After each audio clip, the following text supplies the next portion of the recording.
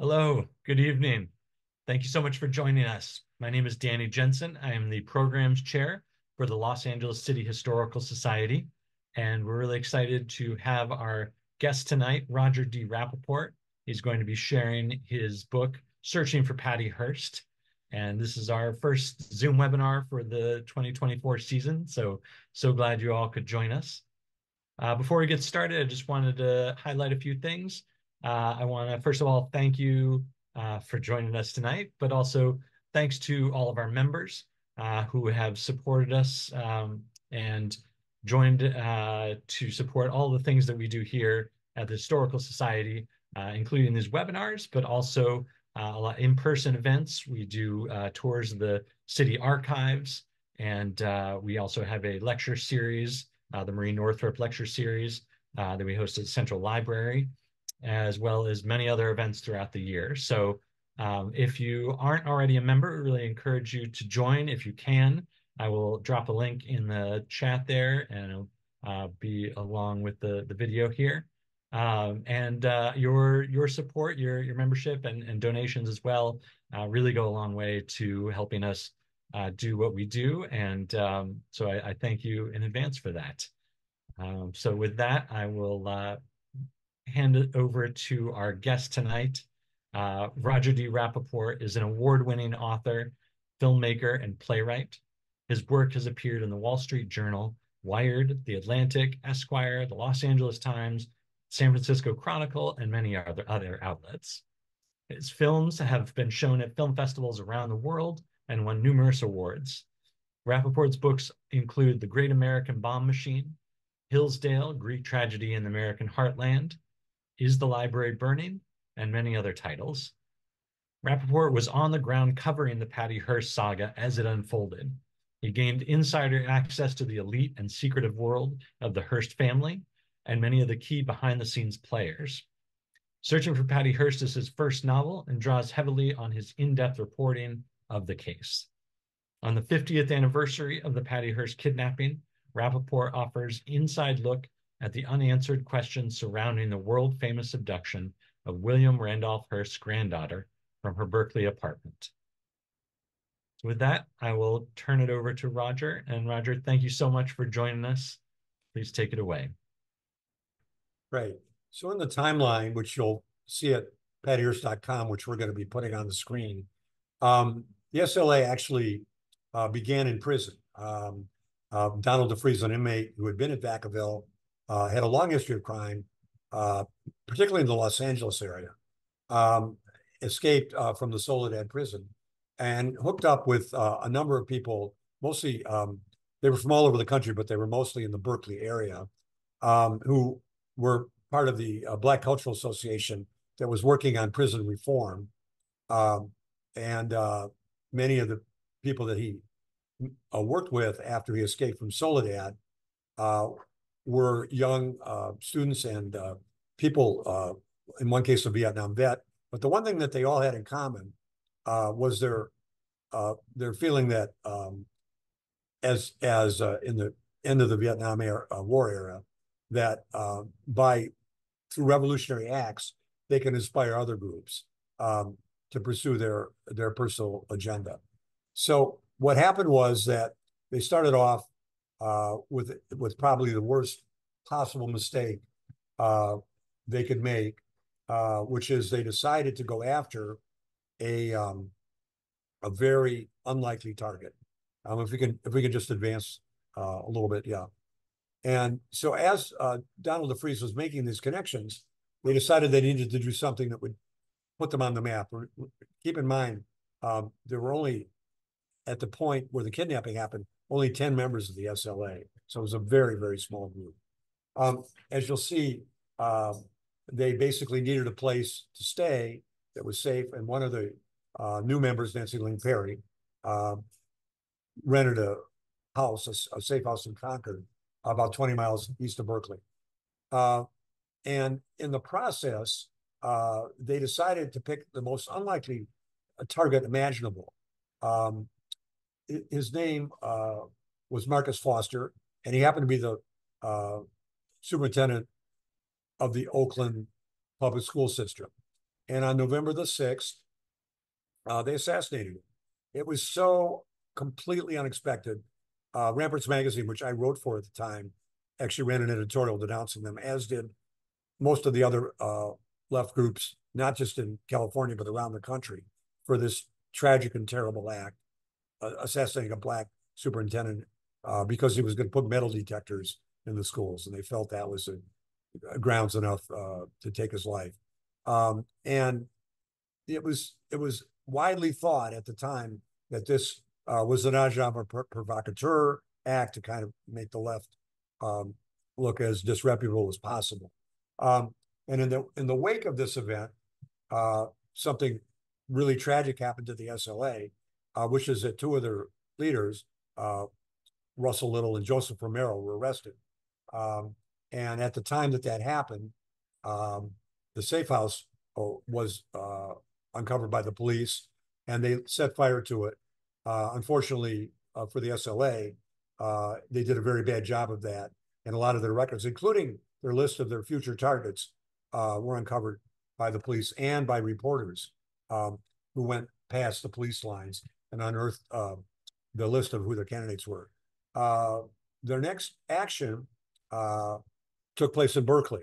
And in this particular case, they targeted the granddaughter of William Randolph Hearst, who was living in Berkeley at the time with her fiance, Steve Weed, who was badly beaten during the kidnapping, but escaped. And at the time, Patty was 19 years old. Nobody had ever heard of her before this moment in time. And they immediately fled to Daly City, just south of San Francisco, where they were for about 6 weeks. And Patty was kept in a closet and blindfolded. And then after about 3 weeks, they finally took the blindfold off and began showing her what was going on. And from their perspective and Patty's, the big question was, were they going to get $4 million? Were they going to get a Hearst-sponsored free food program, which is what they wanted, $70 worth of groceries for all people in need in California. It started off pretty badly. The food distribution program was not the success that the SLA had hoped for. There was a lot of controversy. And as a result of that, the ransom negotiations kind of broke down. And even worse, Patty was so disheartened by the fact that her parents were not able to ransom her that very unexpectedly on April Fool's Day, she decided to stay and fight with the SLA, converted to the cause. And in a communique, she basically said that she believed that this was clear evidence that corporations will do anything to protect their power, including letting go of one of their own. It was a terrible shock to her that the family didn't immediately ransom her. To prove that she had really joined the SLA, because there was a lot of skepticism that the conversion wasn't for real, she joined her kidnappers in the robbery of a bank in San Francisco owned by the father of a childhood friend, the Hibernia Bank. And immediately following this bank robbery, which netted $10,000, the FBI put up wanted posters all over the country for the SLA, including Patty. So now she was a wanted felon. By this point, the SLA was beginning to get the picture. They realized that having such a high-profile captive and the fact that they couldn't ransom her for any amount of money meant two things. Number one, there was no percentage in keeping her. And number two, they were at great risk as long as she was with them, because obviously she was now the subject of one of the greatest manhunts in FBI history. Thousands of field agents all over the country were trying to track her down. And they knew that if they did do so, they found her, that everybody was vulnerable. So at that point, they suggested to Patty that maybe she would like to just walk, but she was reluctant to do this. So primarily because she didn't feel confident about her safety if she tried to turn herself in. So she continued to issue more of these communiques. And to make matters even worse, in one of them, she announced that Steve Weed, her fiance, was no longer, they were no longer engaged. She called off their engagement and announced that she'd fallen in love with one of the kidnappers, Willie Wolf. So this was a huge huge blow to the family, who were convinced by this point that she truly had been basically forced to issue these terrible statements. Of course, Weed had no idea whether or not to believe her at this point. And even worse, from Patty's perspective, the SLA did something that she didn't think was a really great idea. They moved to Los Angeles. And this was really the beginning of the end for most of the SLA. Within days after this event happened, that they moved to Los Angeles, a terrible thing happened for the SLA. Patty and the Hearst, I'm sorry, the Hearst kidnappers, Bill Harris and Emily Harris. Bill was the guy who actually physically kidnapped her.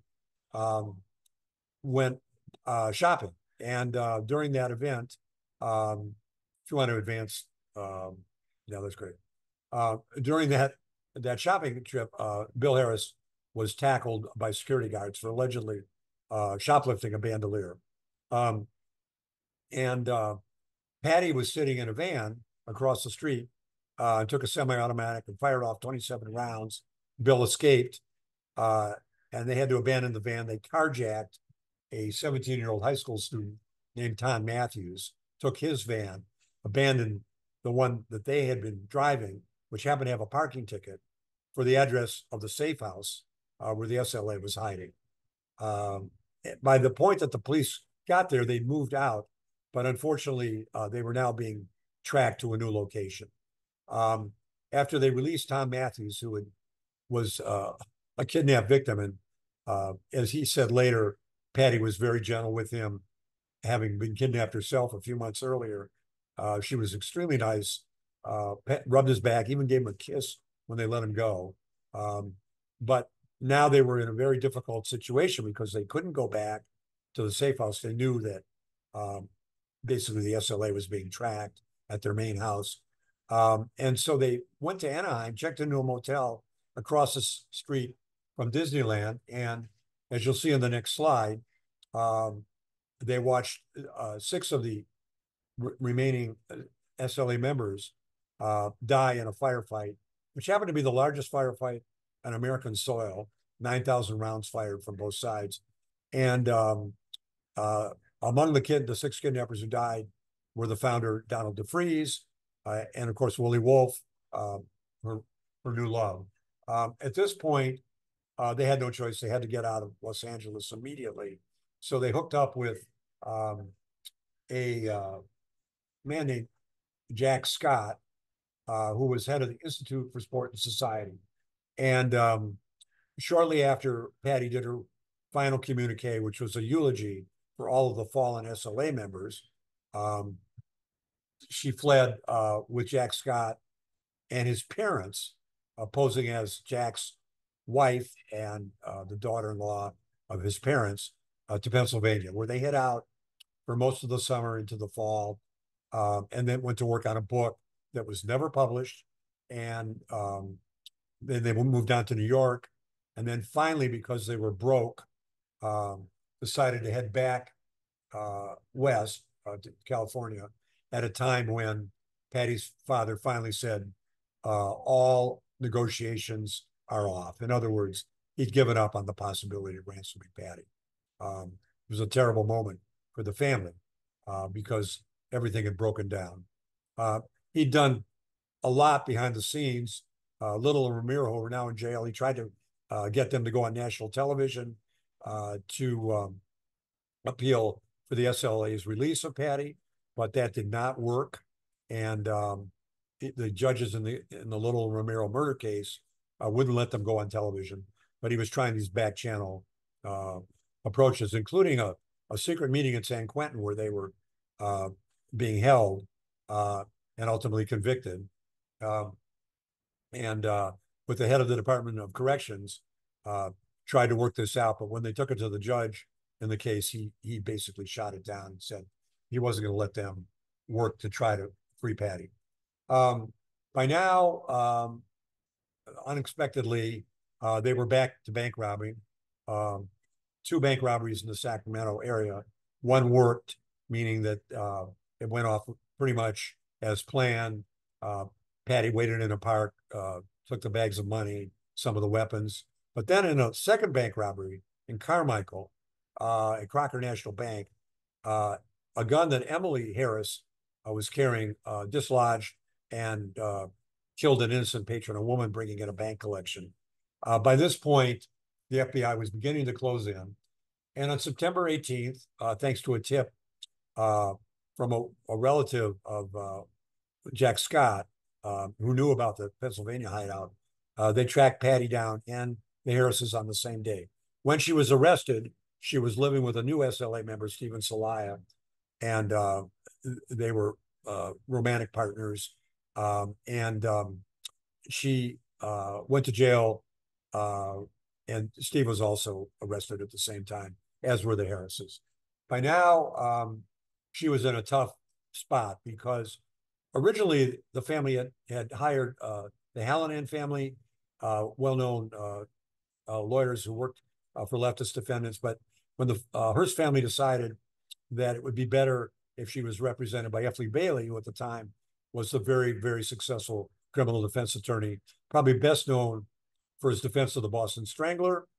He even brought in the psychiatrist to examine the Strangler to work on Patty's case. And he basically put together a brainwashing case, which fared extremely poorly because of a lot of physical evidence that suggested that the brainwashing defense had a lot of holes. And one of the problems, which Bob Scheer, the well-known journalist and Los Angeles Times reporter who now has the Scheer Intelligence Report, he in the New Times article disclosed that when Patty was arrested, in her purse was a Olmec monkey carving given to her by Willie Wolfe, which matched one that he was wearing in many of the photographs. So in other words, for more than a year after his death, she was still carrying a token of his love.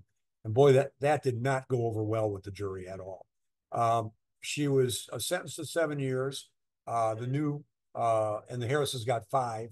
But Patty was freed after 22 months by President Jimmy Carter after a committee to free Patty Hearst got her released. And she married her bodyguard, Bernard Shaw, and they moved to Connecticut.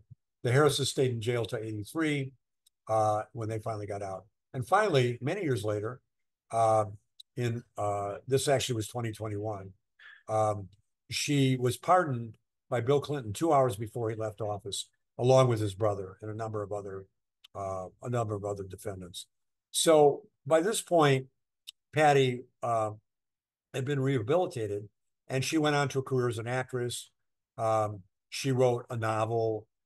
She worked for John Waters, the Pope of Trash. She, in addition, became a philanthropist, and she also did quite a few dog shows in the New York area where she now lives very successfully. And these competitions showed, that she was really had a great eye in these competitions and did extremely well.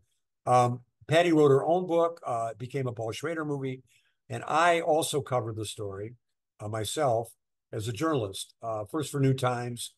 I did a story about Steve Weed, and then later wrote a book with him that was never published, although he took much of the material that we worked on together and published a different version that was a lot friendlier to himself. You can understand that a publisher on a book of this kind really wants the inside story and some of the details, like Patty saying things like she wished her parents would die in a plane crash, or stories about him helping her when he was her math teacher in a high school.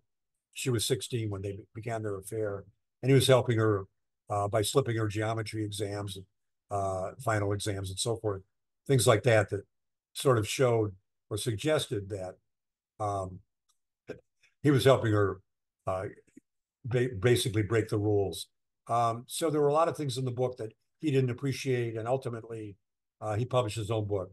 But I continued to cover the case, and after Bill Harris and Emily Harris were paroled, I wrote a 3-part series with Bill for the Oakland Tribune, which was his first real serious interview after he got out of jail. In addition to that, I interviewed the Los Angeles coroner, Tom Noguchi. He's probably best known, of course, for the autopsies of Marilyn Monroe, Janis Joplin, and RFK, Bobby Kennedy. In this case, however, because of the fact that there had been such a terrible fire after the shootout, he had the autopsy of the charred remains of the 6 victims, not knowing that Patty Hearst was one of them. So in his interview with me, he went into a lot of detail about all the things that the police did to make his job much, much harder, particularly setting fire to the house. In addition to that, a relative of mine, Mark Brandler, was the Superior Court judge in the kidnapping trial brought against her for the abduction of Tom Matthews. And although she pled no contest, the prosecutor in that case, after getting a new judge on the case to replace Mark Brandler, basically argued for a suspended sentence on the theory that she was already serving time for the bank robbery. So all of these connections gave me an opportunity to basically stay in touch with a lot of the principals in the case, including Bill Harris, who I'm still in communication with today. He's living here in California. And what's absolutely fascinating about the case, if you take a look at it from a historical perspective, is what historians have to do is make an educated study of a case like this and then decide where the truth really lies. Of course, with so many contradictions and so many disagreements, I'll give you a good example.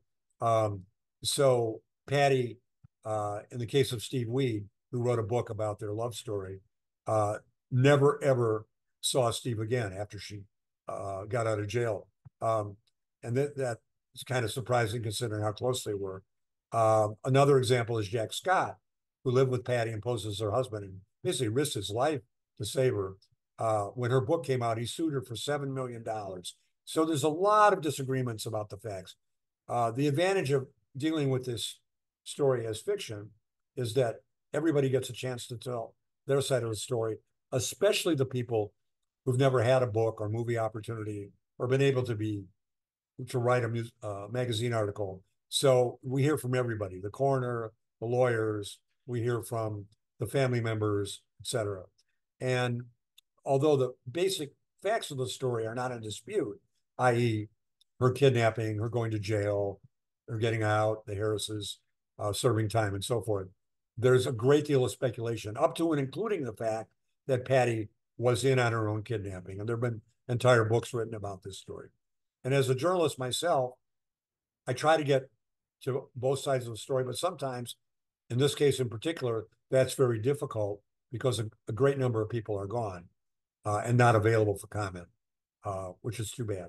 So from a 50-year point of view, because this story is so central to Los Angeles history and is so significant in so many different ways, to a period in time when there was a war going on, which ended shortly after the kidnapping. There was Watergate going on, which the Patty Hearst story knocked off the front page. That's how big it was. There was an energy crisis, and there was a war in the Middle East. Sound familiar? So, as you can imagine, a lot of people today, especially younger people, are very curious about not only how this could have happened, but how Patty was sent to jail, how she was liberated early, her sentence was commuted, and how she was rehabilitated and has led quite a good life. So I'd like to open this up to questions after I just share with you one thing, which is pattyhearst.com, which is the website where the timeline you just saw in the video both live, and some of the articles like the Bob Scheer interview that I did for KCRW, where he offered a lot of his own insights. So there's information there about the book. And also, I just finished visiting a couple locations in LA and had an opportunity to work with Roman's Bookstore and the Village Well in Culver City. So it was great to see all the amazing number of people at these bookstores and libraries that I was at in Pasadena and Culver City. And I'm continuing this tour today. I was in Atascadero which is the library closest to San Simeon. So a lot of the docents were there, and they shared some amazing stories about the castle and the Hearst connection, of course, the castle built by her grandfather, which of course is the centerpiece of the classic film Citizen Kane. Tomorrow I'm in San Luis Obispo, and then I'm headed north on Thursday to begin in the Bay Area in Sacramento to continue the tour. So I'm happy to answer any questions that anybody has. Great. Thank you, Roger. Yeah, we have a couple of questions already here, and everybody can feel free to add more to the Q&A window there, or even just the comments there, the chat. So the first is anonymous, but it's can you please talk about writing a novel as fiction about such a high-profile group of people? How did you handle things like dialogue? What about taking creative license in your scenes? How difficult was writing this as a novel rather than creative nonfiction? Well, I should add, and I'm not trying to comment on my own work, but Joan Didion and Stephen King both attempted to do this story as a fiction. Stephen King later said he decided to just fold part of the story into his book, The Stand, so it's one component of that book. In Joan Didion's case, she actually published a book about not writing her novel. It's called South Then East, and it's her notebooks on her attempt to write it. So obviously, these are two world-class writers attempting to do the novel. And obviously, I'm not even trying to even hint that anything that I did would even remotely approach their artistry or their unbelievable talent. Who would? But here's what I do want to say. I had a couple of advantages that most novelists don't have. One of them was that a lot of what happened in this case was written down. And the communiques, for example, which are pretty articulate if you look at them from the point of view of the kidnappers. Also, I did have an ability to interview Bill Harris at great length, the coroner, as I said, and I knew some of the other actors, particularly Steve Weed. And that was a unique opportunity for me in this sense that after he was badly hurt, got out of the hospital, he moved in with the Hearst family. So he was party to the ransom negotiations. Obviously, if they had just written a check on day one, things might have turned out differently. But the corporation was involved, and so was the governor, and so were the state and federal attorney generals, and so were a lot of hostage consultants. So Steve was present when this was going on. And of course, although he went off to write his own book, I had the benefit of some insight into what it must have been like in that household with reporters camped out in the garage. And it's not that I used anything directly, far from it, but I had some understanding of what it felt like to be there. And imagine this, he's living in his fiance's parents' house, and in one of the other bedrooms down the hall, there are FBI agents sleeping in the same house. I mean, that's how. And then Swami's doing things, and then he's having drinks with Patty's father and in the media. So there were a lot of things that I was able to report firsthand as a journalist. And the advantage to that is that in terms of trying to understand the geography of the book, or I should say the mental the attitude of the protagonists, I had some ideas about where they were coming from. For example, the person that introduced me to Steve was one of Patty's very closest friends, a teacher who taught with him at the school where Steve and Patty fell in love. So I knew her pretty well, and so on. So as a result, I got a feel for what her life would be like. And the advantage to fiction is you're not restricted to exactly what one person in the room tells you. Imagine this: for about almost 6 weeks or 5 weeks, I guess, they were in the same house, 1,200 square foot house, 8 of them, living together. And then they come out of that house with completely different points of view. So this gets back to the problem that every historian and every journalist and every novelist faces, which is two people in the same room. They come out with completely different conflicting stories. Who do you believe? Fortunately, the novel gives you opportunity to present both points of view. You don't have to decide. And ultimately, it's the reader's decision, this audience tonight, to make up their own mind about who's telling the truth and where the truth really lies. Thank you. The next question from Don Carpenter. Did you interview F. Lee Bailey? No, I did not interview F. Lee Bailey, but it's universally agreed upon that he made some critical mistakes. One of the biggest mistakes he made was his fee arrangement. He cut his fee. That's okay. But he did it for a very special reason. He wanted book rights to the story. And he got Patty, when the case began, to sign an agreement where she promised not to publish her book on the case. She still doesn't know if she's going to jail or not, on her book on the case 18 months after his book came out. In other words, he wanted to protect the paperback rights to the book. And that immediately created a conflict of interest because he was looking out for his publisher and he felt he would make big money on the film deal as well. And to make matters even worse, he set himself up for failure by basically scripting a defense for Patty, a brainwashing that had a lot of holes in it. Take one example. When she came back, if she hadn't been brainwashed, or she was no longer brainwashed under the SLA, then she would have communicated with Steve Weed, who she denounced wildly in her communiques. But she held to that. She didn't change her mind on that. So that kind of indicated that if she'd been brainwashed, then why was she making these statements about her fiance that she spurned and never saw again? And why was she carrying a love token from Willie Wolf in her purse? And the list just goes on and on and on. So Bailey did a terrible job. His attempt to get Patty to provide information on some of the other defendants, which she did willingly to try to turn the Harrises in. He didn't get anything back in return, no consideration whatsoever. Nobody could understand why you would do that, why your client would supply information to the FBI. And then on the other hand, you wouldn't get any consideration back from the government in terms of their prosecution that was going for a 35-year sentence.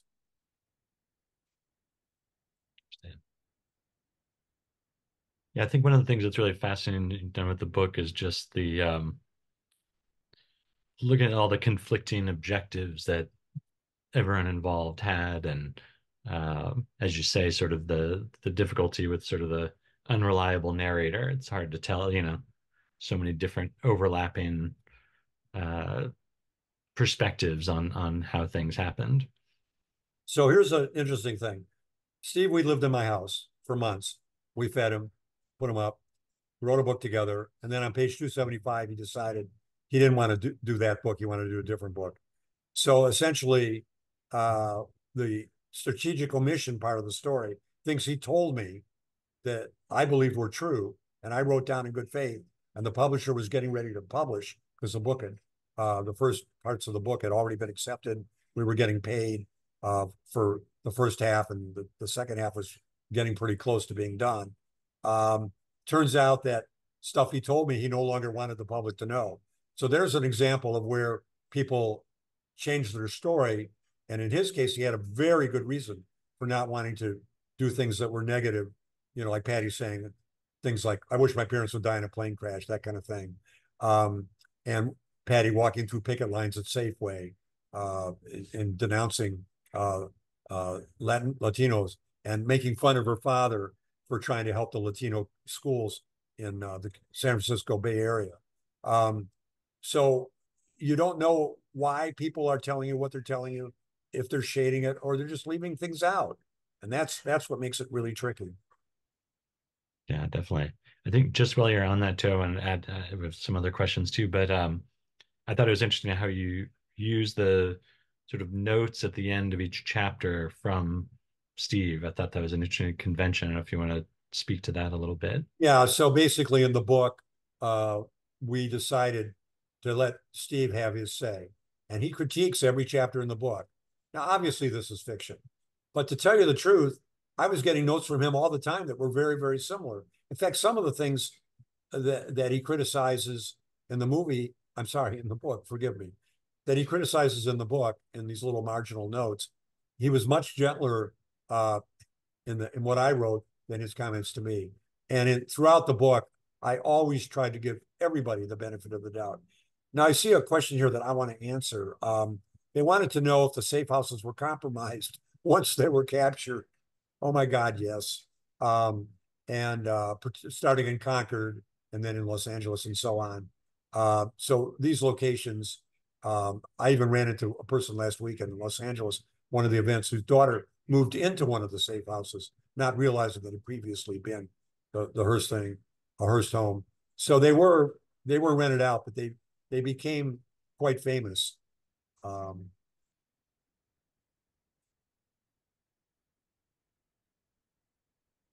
Have well, the earlier question, then I'll go up. Mike was asking about if you'd had a chance to see or read the LAPD report on the SLA from 1974. No, but I'm hoping we can add that to your website. Is that possible, or at least a link to it? Yeah, yeah, definitely. We're That'd gonna be great. do that. And then the follow-up was where were you during the SLA shootout and the capture of Patty? Well, like a lot of people, we didn't know that that was going to happen until it did. So I was in Berkeley at the time, but Steve Weed was there at immediately after the shootout happened. He was on the scene while they were basically beginning to remove the victims, and the Hearsts were just absolutely outraged. Randy Hearst at the time said the problem with Steve is he's not housebroken.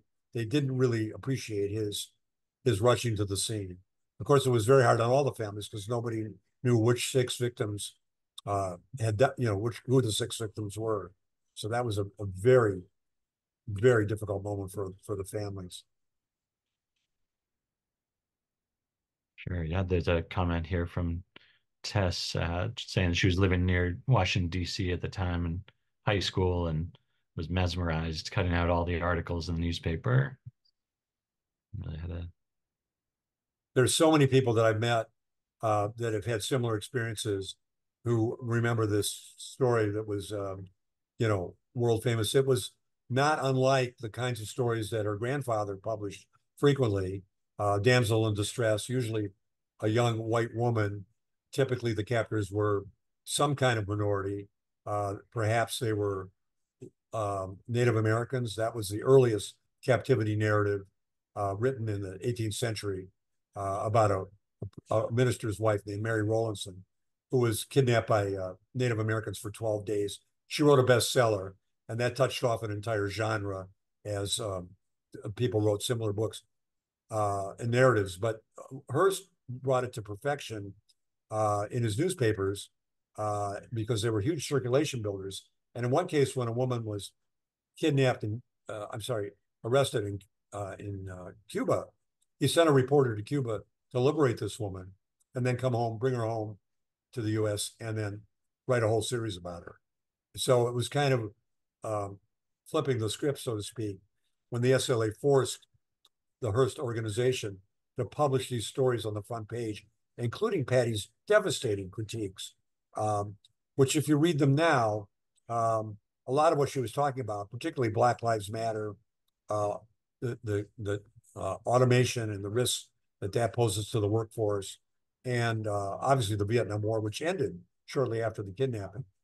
And it was a very difficult time because the country was going through Watergate, so the president was on the ropes, and the entire time period was this was sort of the end of a long period of radical activity, the Weathermen and so on. So the SLA, their basically annihilation, which ended with Patty and the Harrises getting arrested, sort of kind of put the cap on a whole era. Yeah, it's interesting. Actually, Mike had a follow-up question, kind of touches on that of if you in the book tried to capture the culture of militancy at the times of Black Panthers, SLA, and the response of a militant law enforcement industry at the time. Well, there's a lot of speculation that the SLA was a front for law enforcement, that they had been set up, that it was agents provocateurs and so on. But I think it's a little more complicated. Anybody that has, a fairly straightforward explanation like that is missing the nuanced part of the story. I mean, Patty Hearst, regardless of her legal defense and her liberation, a lot of what she said, if you read those communiques, a lot of that is being echoed today. the various protest movements. Particularly, she was extremely articulate on women's issues. And she talked about basically, talking about how women are subjugated in American culture. And obviously, some of this is resonating today on the whole Dobbs decision, abortion rights and so on. But she was very, very specific about her own situation, that the women in the SLA had educated her, and she realized she was really had lost herself in this relationship. And she talked about, for example, how she paid the rent, she bought the groceries, she did the cooking, she made the beds, and a lot of what she's talking about resonated, particularly with younger people who weren't necessarily part of the anti-war movement or the civil rights movement and so on. And remember, this was after Kennedy and King had both been assassinated. So, and people like Bill Harris, who was a Vietnam vet, who went over gung-ho and had enlisted, and then got over there and was radicalized by that experience. That was something that happened as a result of fighting for America. And then he decided, no, that wasn't really where he was, and that was how some of these people came to form the SLA. Yeah, I was interested just reading the book and sort of what you spoke to there about the women's rights movement. I think you mentioned the idea of the women members of the SLA that objected to the idea of kidnapping Patty initially, and there's talk there of the possibly stealing the painting instead as an Right. alternative. Yeah. Right. I just thought that was an interesting take of sort of that sort of imagining of how things could have transpired differently, and the perspective of the women within the group about the kidnapping. Right. So Bill Harris, who I talked to this week, reminded me that all of the members of the SLA had one vote. So in other words, with Patty, there were now, all these women. There were 3 men and 5 women in the group at the time that she was kidnapped, and then she became the 6th woman. So one of the reasons they wanted to let her go was that, of course, everybody agreed she was a liability. But more to the point, the women felt there was no purpose in keeping her. If the ransom wasn't going to be paid, she was entitled to go home. They kidnapped her for the money.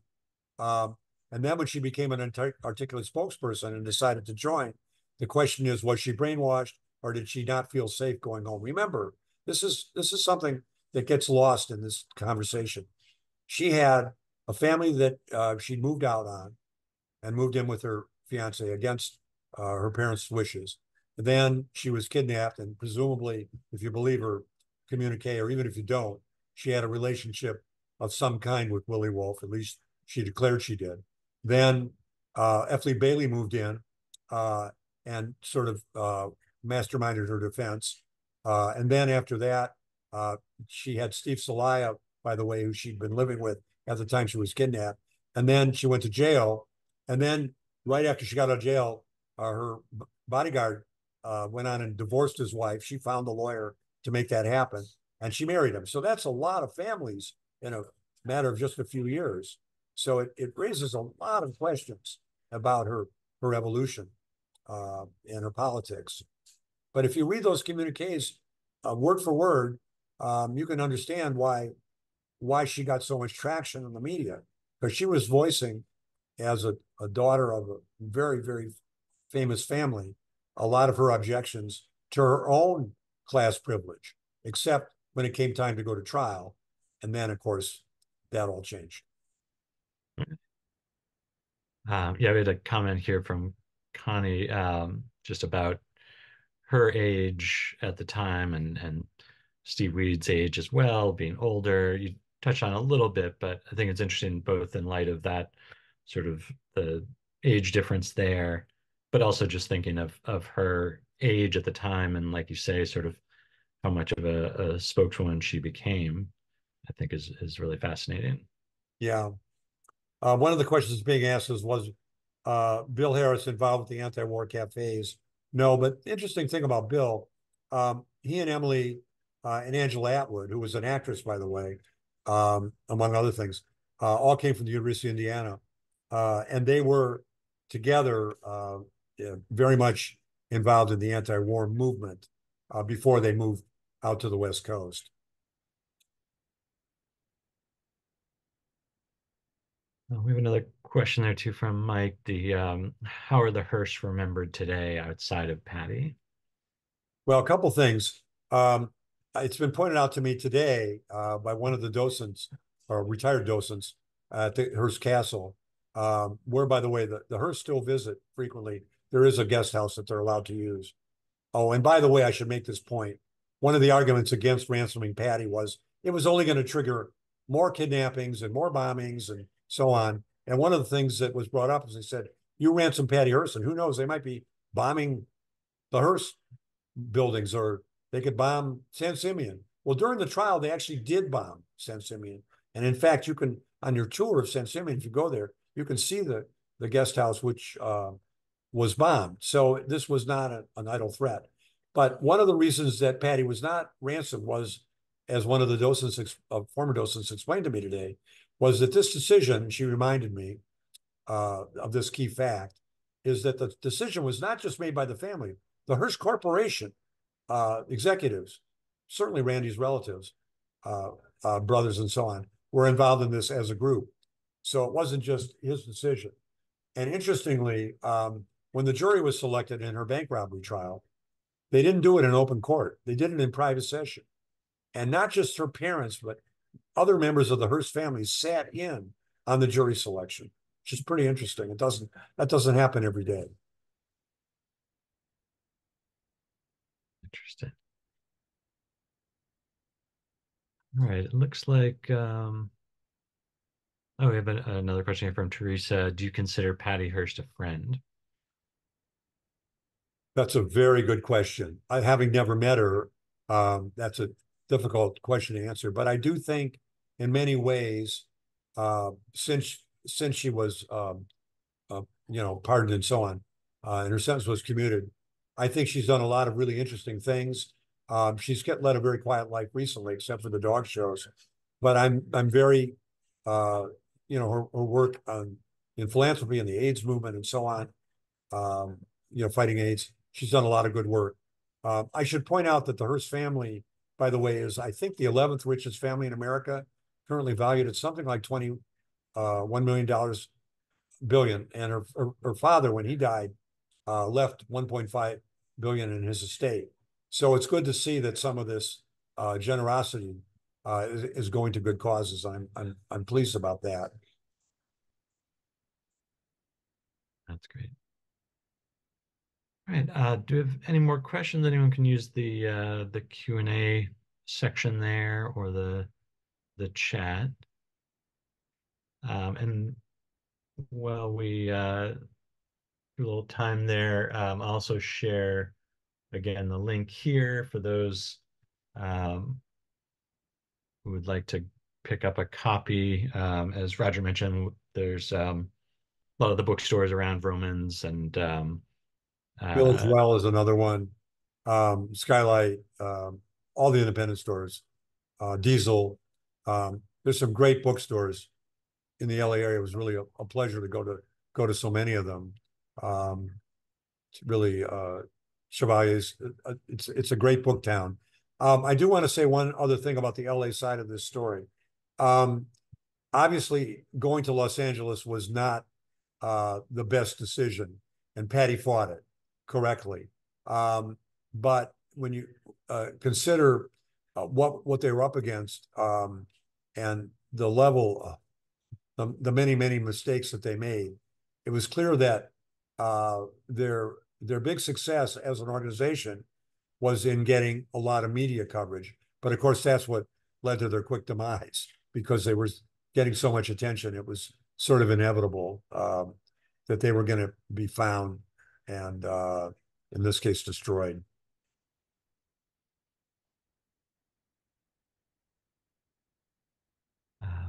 I have another question here.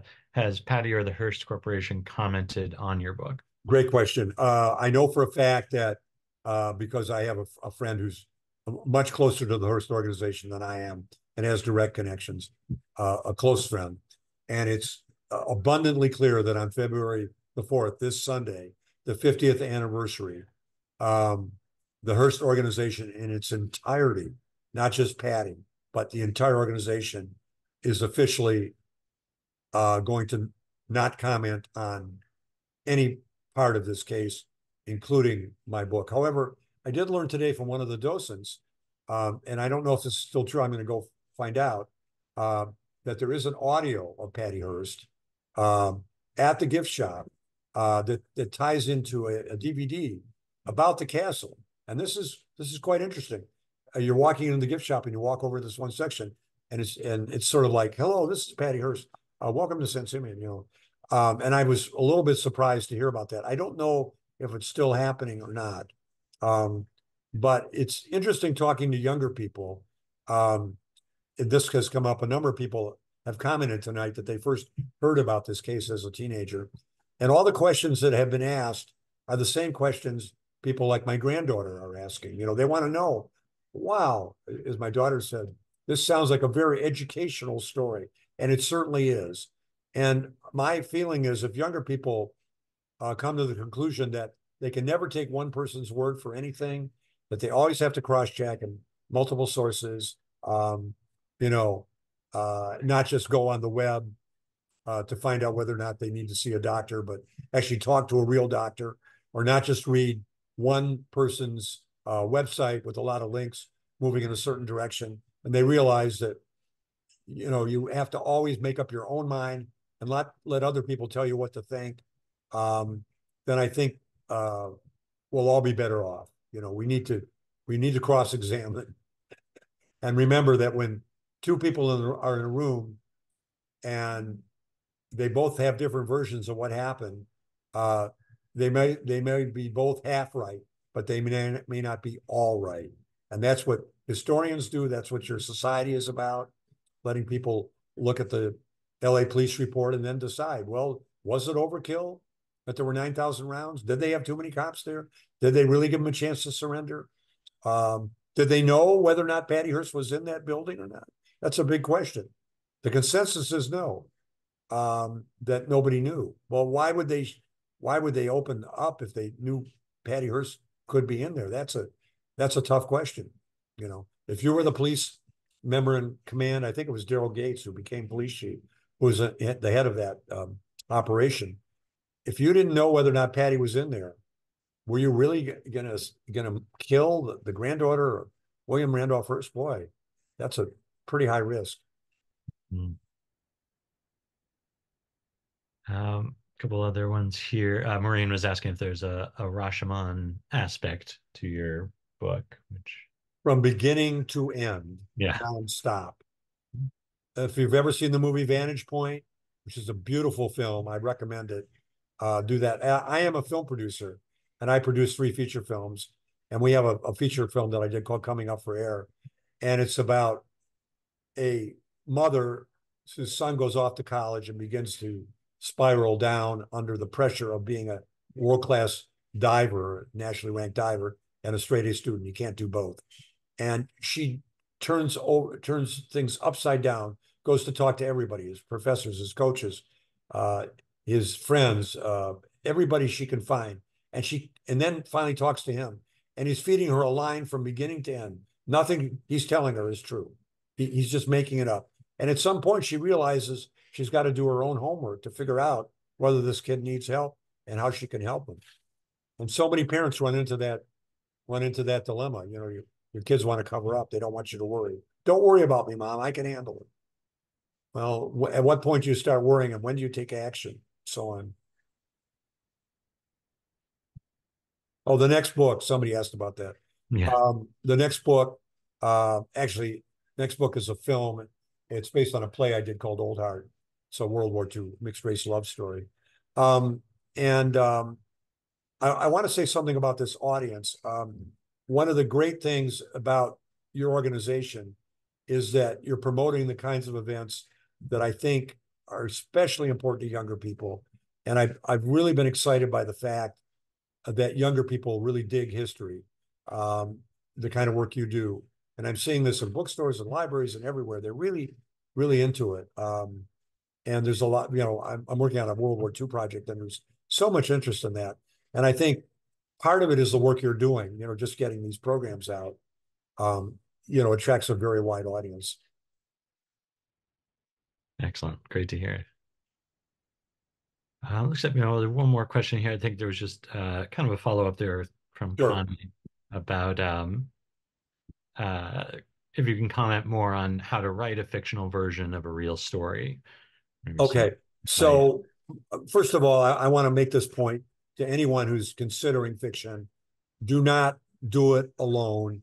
If you're not in a writer's group, or you don't have a friend who's an editor or someone you trust to look at your rough drafts, I strongly recommend that. And I'm not just talking about finding a neighbor, or just somebody on the web. I'm talking about an editor who actually has experience with fiction, or joining a writer's group with people that you trust, and trying to get as much feedback as you can. The editing process is the critical part of any book, but it's especially true with fiction, because the questions that are coming up tonight, all these questions were asked of me repeatedly by my editor. Um, and it took us many, many months to go through these kinds of questions and try to figure out, number one, um, is this particular part of the story, does the story, uh, does it progress? Is it moving forward? The flow of the book is one of the critical things. The other thing is, I think in the genre that you're in, it's very, very important. And this was a huge help to me, not just as a journalist, but I've read a great deal of competing accounts. One of the books I read that I loved was a book about how Patty planned her own kidnapping, basically, and how she was having affairs with the kidnappers when they were in prison, going up and having conjugal visits under his assumed name.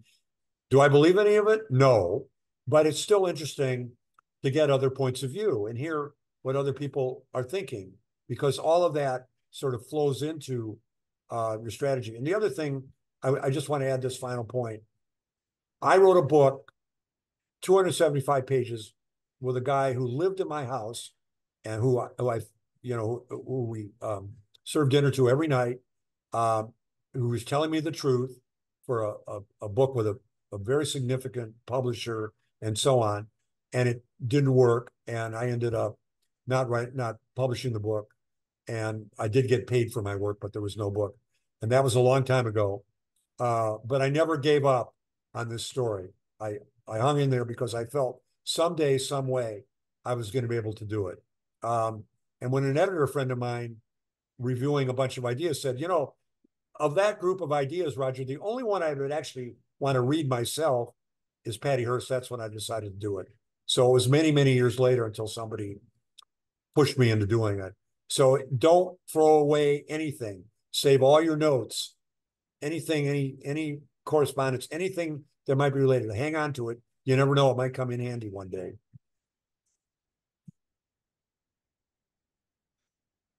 Excellent. Thank you. That's a great place to end. Thank you.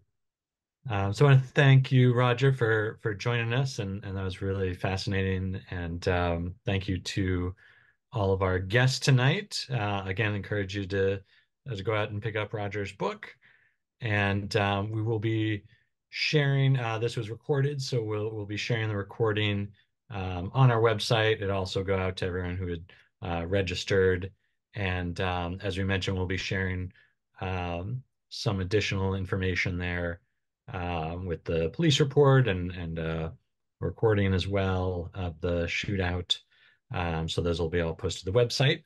And again, just encourage everybody to visit our events page. Keep an eye out for upcoming events and including the archives tour.